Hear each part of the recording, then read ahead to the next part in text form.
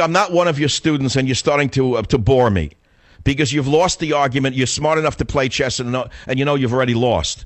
You know and I know what I'm saying. You're smart enough to see where I'm going, and you see that you lost your argument. We don't have free trade. China adjusts its currencies and manipulates its currencies. That's another reason not to have given Obama trade authority. China is not playing the game fairly. Now, I know China is not part of this deal right now, but the other Asian nations are, and China would eventually join it. We all know that as well. So let's say their rate in China is, I don't know, $1 an hour. And the rate of a worker here in America is $20 or $15 or $10 an hour. How in the world can an American worker work and live on $1 an hour? So we have to bump this up one level of discussion. No, we don't have to bump it anywhere. You are alleging that we should let wages fall to the level at which they will be competitive with the nations in the trade deal. I'm asking you, how can anyone live on less than they're making in America now, with minimum wage being what it is? Who can live on less? The point is you don't know what you're talking about. That's the end of the story. I've given you too much time of a national show. The point is, many of you talk out of both sides of your mouth. You try to live on the minimum wage. You try to live on what an American minimum wage worker makes and then get back to me. And then tell me you should cut their wages to that of China. This is so stupid. And I've heard this over and over again from stupid free marketeers in this country about don't raise that minimum wage. It'll kill jobs. It'll kill businesses. I've heard that from guys who own restaurants. All they wanted was another Porsche. That's all they really wanted. They wanted to pay the dishwasher $1 an hour less so they could buy another Porsche, that's all, or buy another boat. Come on, give me a break. No one can live on those wages. I mean, we're living in one country here. Things are very expensive. Have you looked at the price of hamburger? Have you gone and priced a pound of chopped meat recently, or a chicken? Have you seen what's happened to the cost of protein in this country? Who can live on this? This not only would have been a job killer, it would have been a people killer. You would have had massive unemployment if this had passed. Make no mistake about it, exposed not only the Republicans for the phonies they are, it exposed Barack Obama for the phony he really has always been. And I hope you progressives will finally come to say, you know what, Savage, you've been warning us and warning us and warning us. I knew you were right. That's why I listened to you. Obama is a stooge of the oligarchs. I shall return. Join the Savage Nation. Call now, 855-400-SAVAGE, 855-400-7282. Savage. My Savage Nation is sponsored by SwissAmerica.com, the only company I trust to protect my wealth with gold and silver. Call 800-BUICOIN. The risk. The problem with many people in radio is that they're not in business. They're not businessmen. They're only talkers or commentators. They don't live in the real world. They've never worked in a factory. They've never been an hourly worker. They don't walk in the streets and look at the real people. So they give the standard line about free markets or, let the market find itself, let the wages, don't set a minimum wage. Live in the real world and find out what it's like to live on minimum wage in the United States of America, number one.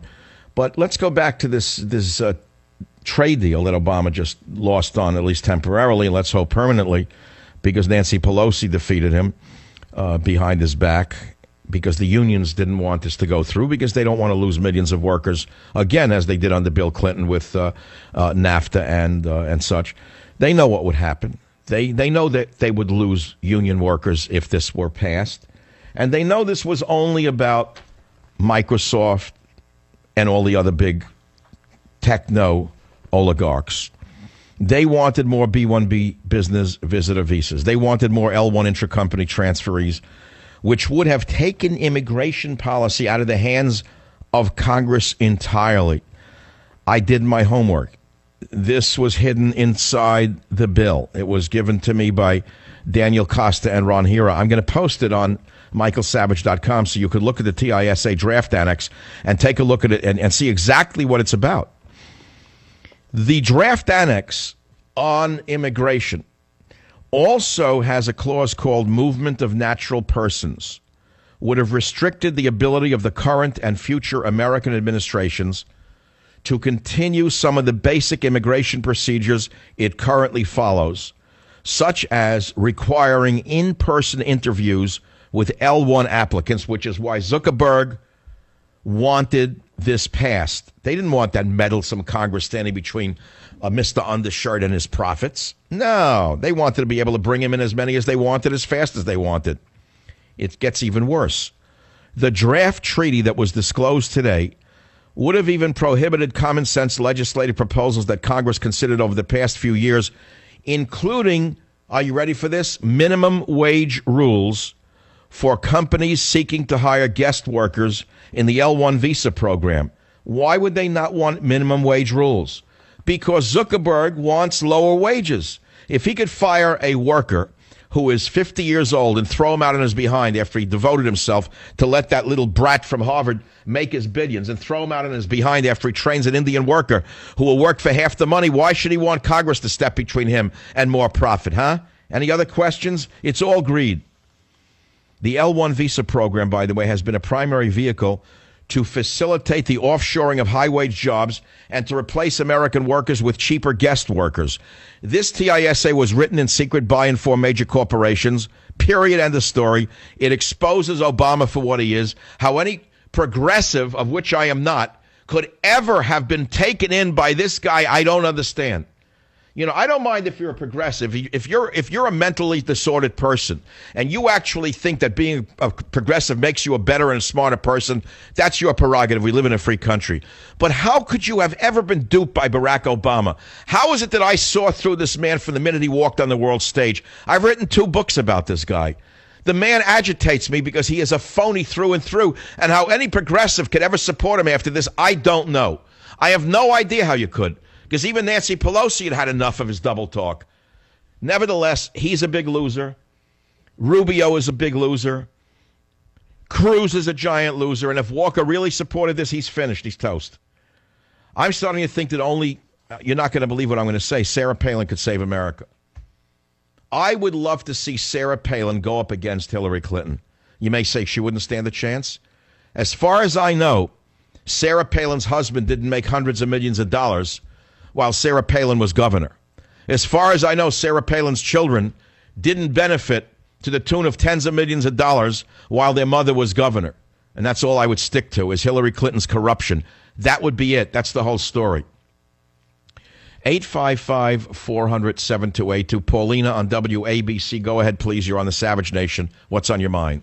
I have 3 quick points. First, I'd like to thank you for the education and the information I get from your program. Well, I really did the homework on the immigration provisions hidden inside that bill. No one's done that yet. I did.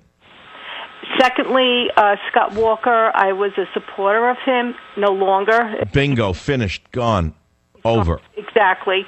And the last thing, I wanted to get your opinion. Now that Pelosi went against Obama, what do you think the repercussions may be against her?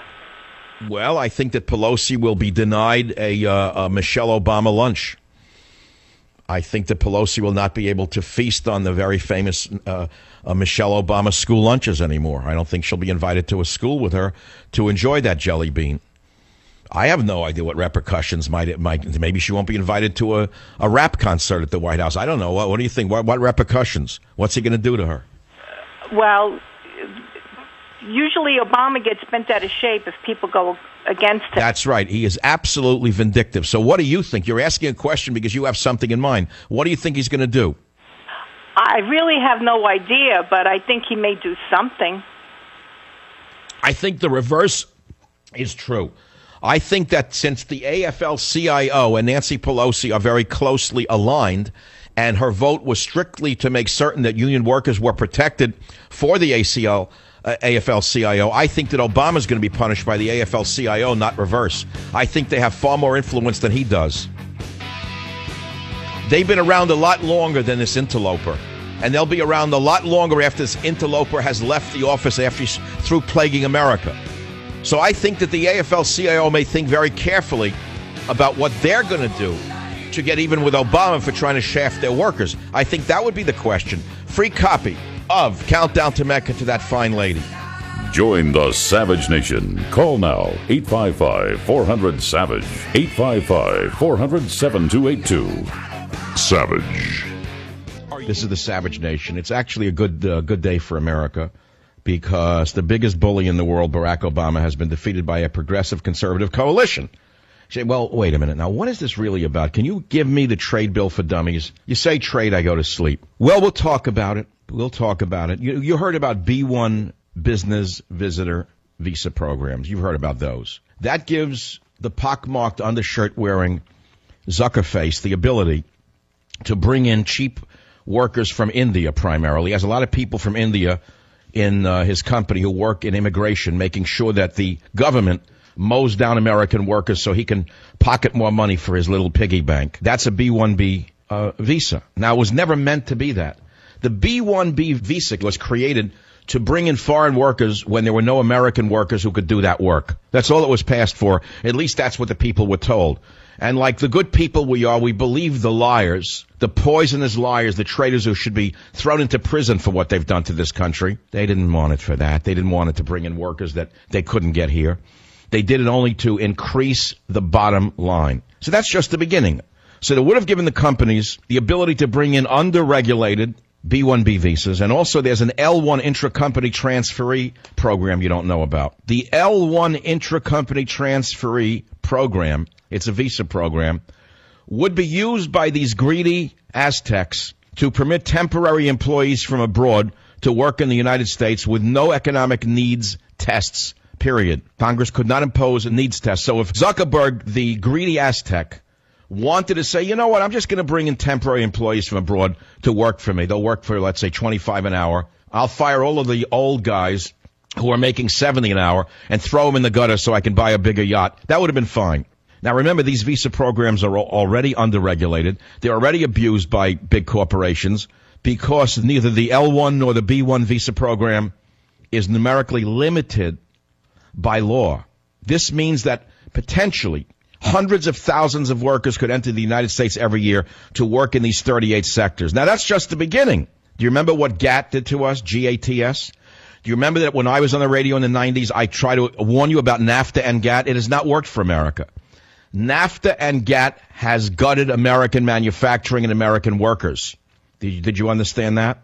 Congress now wants to raise visa fees, as they did in 2010, in order to slow down the flow of H-1B workers. Guess who opposes it? The Indian government. Our good friends in India oppose this. They're crying foul, and they threaten to formally complain to the World Trade Organization because we want them to pay more money for these guest worker visas. They won't be happy till they also overrun America. Don't assume that they're nice guys and they're just here for us. Did you know that Microsoft, I looked into this very carefully, has an entire partnership with immigration attorneys, almost all of whom are of Indian descent? Look into it carefully. I support Indian people. I have from the beginning. But I don't support any race, any religion that hates America and undermines us. It's that simple. So there's a lot more to the trade bill and immigration than meets the eye. I'm not an anti-corporatist, by the way. Let's be very clear.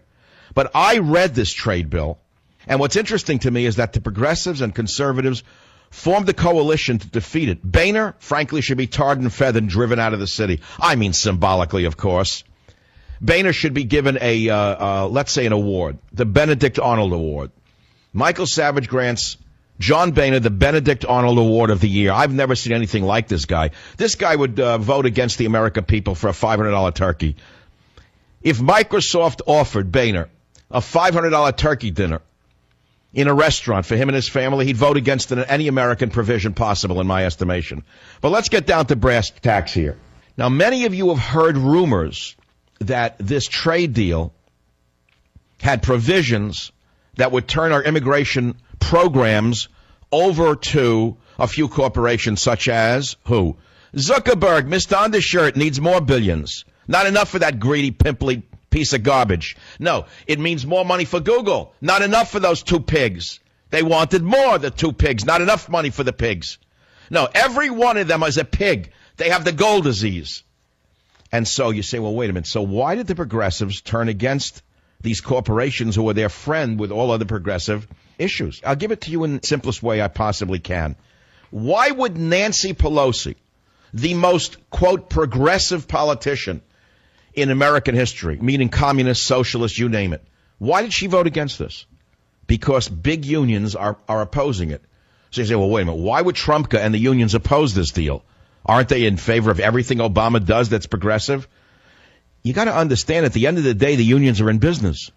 They're in business. How do you think they siphon money to the top? From the poor little guys and dolls